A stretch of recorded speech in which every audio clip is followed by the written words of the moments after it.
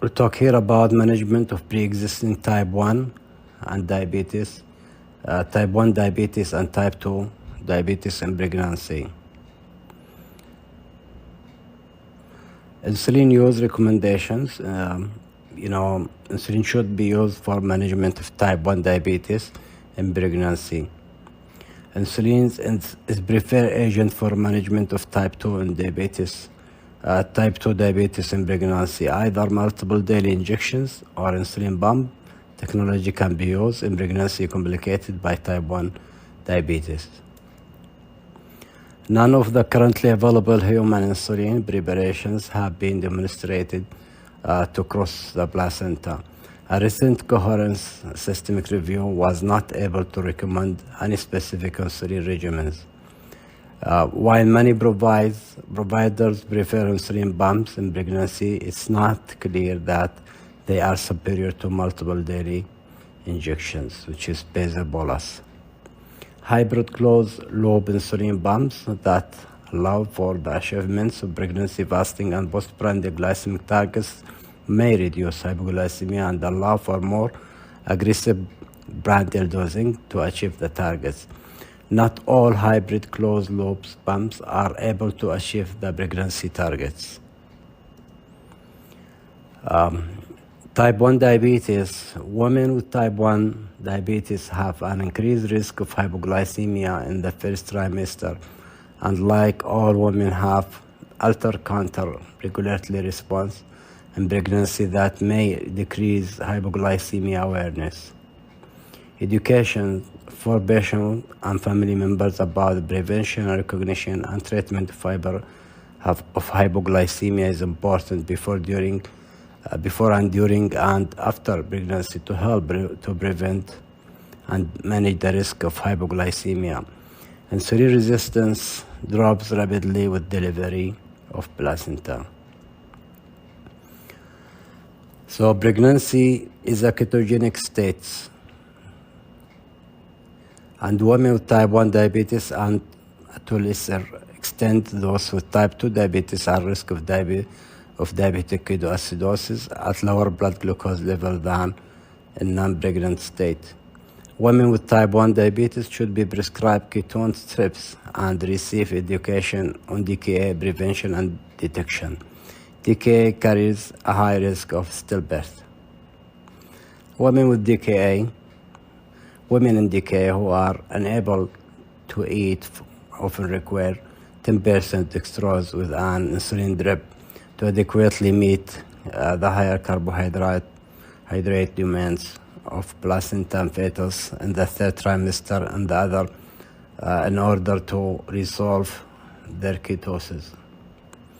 Retinopathy is a special concern in pregnancy. The necessary rapid implementation of euglycemia in the setting of retinopathy is associated with the worsening of retinopathy. In type 2 diabetes, pregnancy is often associated with obesity. Type 2 diabetes is often associated with obesity. Recommended weight gain during pregnancy for women with overweight is 15 to 25 pounds, and for women with obesity is 10 to 20 pounds.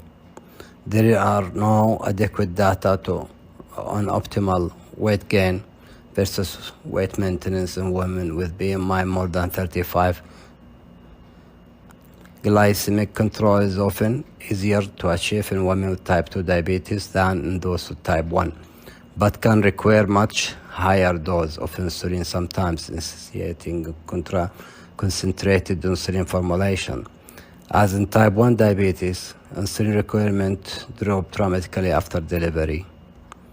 The risk for associated hypertension and other comorbidities may be as high or higher with type 2 diabetes as with type 1 diabetes, even if diabetes is better controlled and of shorter apparent duration, with pregnancy loss appearing to be more prevalent in the third trimester in women with type 2 diabetes compared with the first trimester in women with type 1 diabetes. So preeclampsia and aspirin. What's the recommendation? Recommendation is that women with type 1 or type 2 diabetes should be prescribed a low dose of aspirin, 100 to 150 milligram per day, starting at 12 to 16 weeks of gestation to the lower risk of preeclampsia. A dosage of 162 milligram per day may be acceptable. Diabetes in pregnancy is associated with the increased risk of preeclampsia. So the U.S. Preventive Service Task Force recommends the use of low-dose aspirin 81 milligram per day as preventive medication at 12 weeks of gestation in women who are at high risk of preeclampsia. However, meta-analysis and additional trial demonstrate that low dose of aspirin less than 100 milligram is not effective in reducing preeclampsia. Low dose aspirin more than 100 milligram is required. Cost benefit analysis has concluded that this approach would reduce morbidity and save lives and lower healthcare costs. However, there are insufficient data regarding the benefits of aspirin in the women with pre-existing diabetes, and more studies are needed to assess the long-term effect of prenatal aspirin exposure on offspring. So, pregnancy and drug consideration recommendation. Pregnant patients with diabetes, chronic hypertension, blood pressure target of 110 to 135 systolic and 85 millimeter mercury diastolic is suggested in the interest of reducing the risk for accelerated maternal hypertension and minimizing impaired fetal growth.